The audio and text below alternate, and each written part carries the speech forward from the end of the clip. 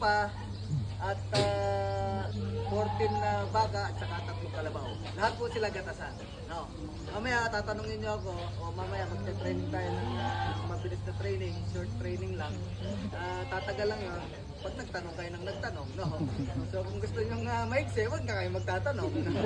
Gusto niyo humaba, ade pahabain natin. So pag basta lang usapang kakambing, no? At yung ibang kwentuhan, pwede naman, no? Lalo na yung ginagawa kong pelikula ngayon, baka hindi nyo alam. No? So yung provincial, Batang Quiapo na pala. Anyway, ito po yung kaya ko po kayo dinala rito. Ito yung una kong kulungan. So yan lang talaga yung laman dati, kanya karami.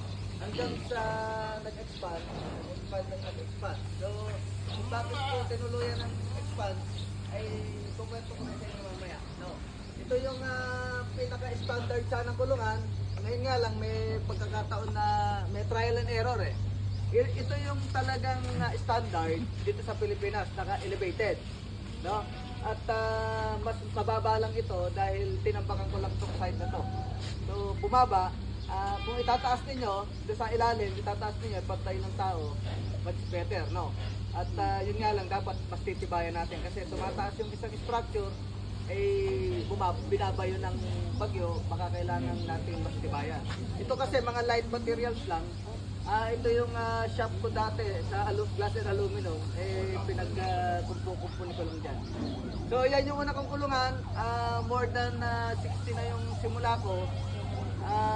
From Balanga, meron din po kami property po sa Balanga. Nilagyan ko ng kambing, kaya lang, kukwento ko rin sa inyo kung bakit ko inuwi. No? Kasi yung mga experience ko na yun din yung magbibigay sa inyo ng lesson. No? Ngayon, kung gusto nyo parang sundan yung pagsisimula kong namali, ade bahala na kayo. Kung gusto nyo naman na sundan na yung tama, ade mas maganda. At sa akin, the more the merrier. Ito naman po yung nursery. Bedsheet po nila yan. Hindi, bedsheet po yan ng mga bisita. Ito po yung nursery. Dito po nilalagay yung mga baby. No. So, pagkapanganak, dadalhin dyan yung mga baby. No. Ito po yung sumunod na mga kulungan. Kung bakit po nag-iba-iba design, nangangahulugan po kasi na ito yung pangangailangan nila. So, hindi ko po ito basta gusto lang na ginawang ganito, kung hindi dahil gusto po ng mga hayop. Bakit po sila naka-separate? Kasi po, mga buntis po ito hanggang sa mga anak. Ang kambing po kasi, pag nakunan, ano po ang pagbibintangan ninyo? Nasuwag. Oh, ngayon, pag inilagay mo na sa single cage, sa kulungan siya mag-isa, hindi na siya masusuwag.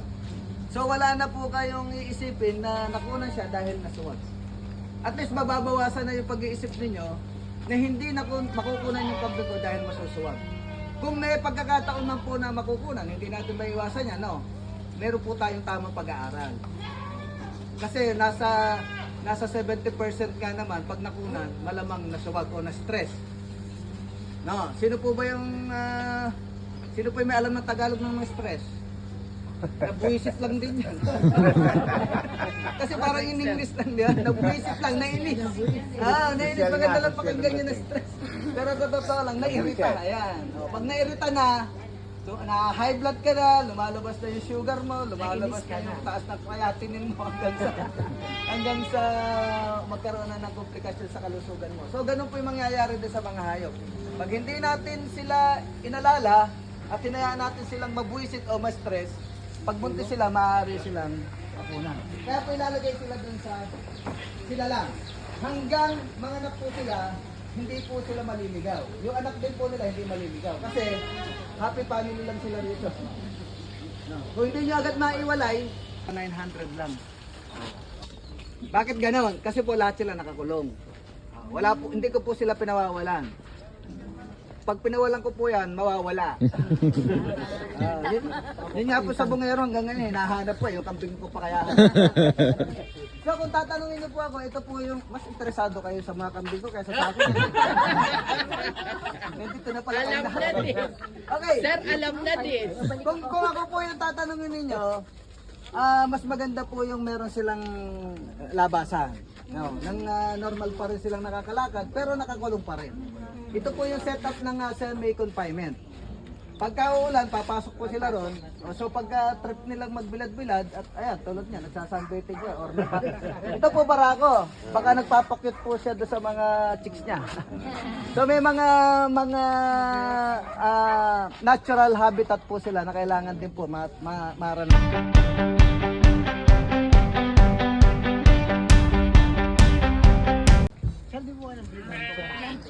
Hindi. Pag nagawa po natin yan, pwede na tayo sa Jessica Soho. Hindi po yun, wala po yung katotohanan na yung tupa ipapare sa kambing, magbubuntis yung kambing or either yung tupa. Hindi po mangyayari. Magkaiba po sila ng species. Pero isa silang ruminant. Family sila. Ganda ng herding dog niya. Yung mga ganito, pwede na silang karmihin. Kasi hindi naman natitipag ng 25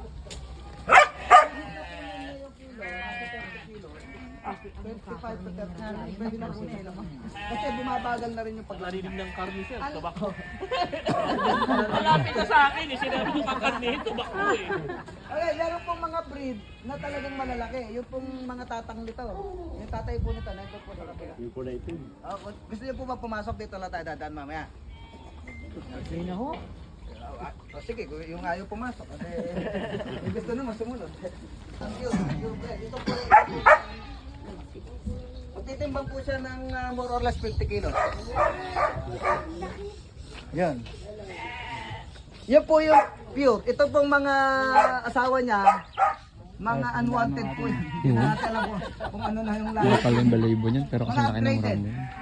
Pero yung pong itim na yan, ito na po yung mga anak. So may mga chances na lumaki din po sila. Kaya lang yung pong kasing ram, nagkakahalaga po siya ng mga 30 to 50,000 eh. So pang breed lang po talaga siya. Kasi kung kakarnihin ninyo, yayamanin kayo. Imagine nyo, kumakatay ka ng 30,000. Ito po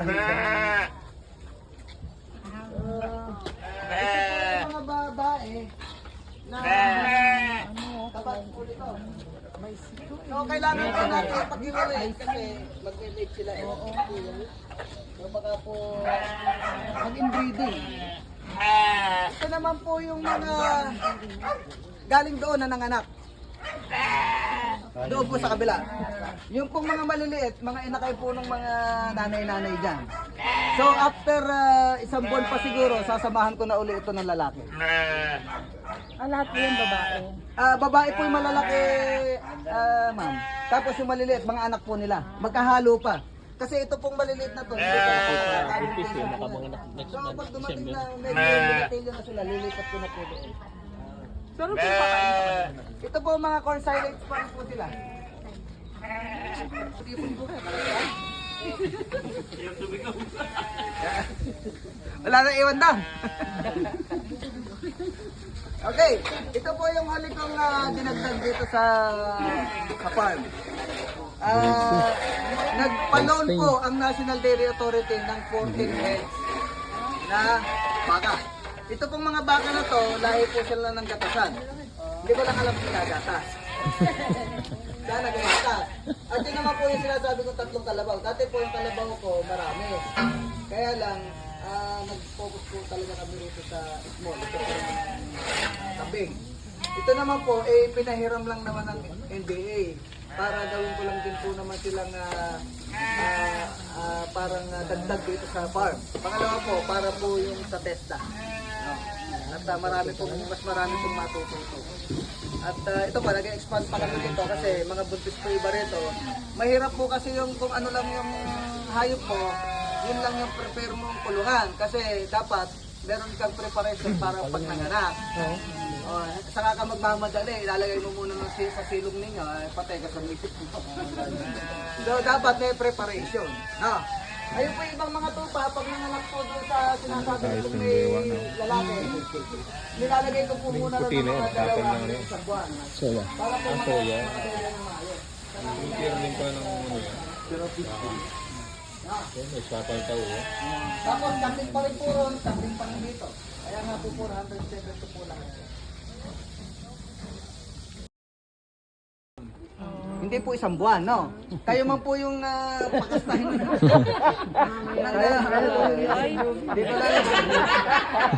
Di ko lang kumakausap pa kayo. So, 25 na babae sa loob ng isang taon. Ngayon po, ang asawa po nung back po na yun, yung yan, nakikinig po na yan. Alam na siya, pinag-chichismisan. 1, 2, 3, 4, 5, 6, 7. 7 po yung asawa niya ngayon, pero pupunan po yan after po niyang mabuntis to. So, paano pong malalamang nabuntis? Paano nga po, sir? Tatanungin niyo. Siyempre, una, sinampahan. No? Pangalawa, i-ultrasound po. May ultrasound po. Hindi po pa albularyo, no? Ultrasound. Yun yung technology na kailangan na rin po natin gawin. Bakit? Kasi pagka hindi mo alam na buntis, nagpapakain ka lang nagpapakain. So dapat, para kumita tayo, magbuntis at magkaroon ng gatas at magkaroon ng anak. So napaka-vigilant po natin sa pag-monitor ng buntis. Kasi nga, pag hindi nagbuntis, pinapakain mo lang siya. Pag po hindi siya nagbuntis sa loob ng isang taon, o mahigit sa pa, ayun, kakaldereta na siya. Kaya nga po walang meat type na kambing. Lahat po ng kambing, meat. Bakit makikitype-type ka pa? Lahat po ng kambing mapagatasan, mapanitig, lahat po yan uuwi sa karne. So bakit pa po tayo mag-aalaga intended for meat? In fact, pagka bumili ka ng malalaki, like yung itago na lang natin sa pangalang Bower. Pag bumili ka ng Bower, sasabihin meat type. O gano'n naman siya kamahal. Para karnihin natin. So meat type po siya doon sa pinanggalingan niyang bansa kasi yun yung native po niya. Ang meat type po natin, yung native natin nandito. Ina-upgrade lang po natin sila for the sake na sana lumaki. Pero mamaya ituturo ko rin sa inyo bakit tayo nag-upgrade. Kaya tandaan ninyo, tanong nyo. At doon na po tayo, nauuhaw na ako.